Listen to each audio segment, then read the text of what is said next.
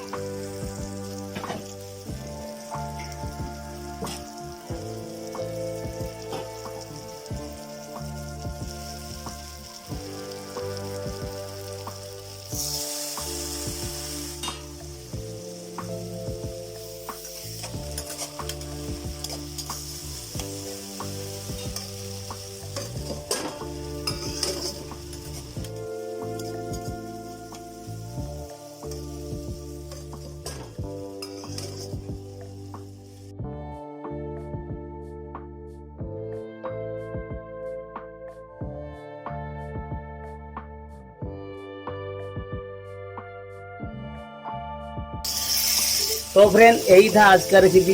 इस रेसिपी को कैसे लगा आप लोग कमेंट करके ज़रूर बताना।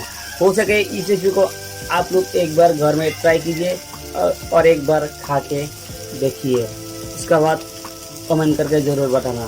तो फ्रेंड मिलते हैं अगले वीडियो तक, अब तक के लिए बाय बाय। अभी हम गैस को ऑफ कर देते हैं।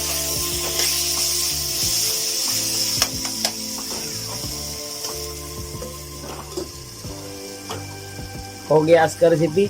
तो फ्रेंड बाय बाय, मिलते हैं अगले वीडियो तक। और आप लोग मेरे चैनल पर नए हैं तो प्लीज़ चैनल को सब्सक्राइब कीजिए और साथ ही बेल आइकन जरूर दबाइए, क्योंकि आने वाला मेरे लेटेस्ट वीडियो को आप लोग आसानी से देख सकें। तो फ्रेंड बाय बाय, जय हिंद।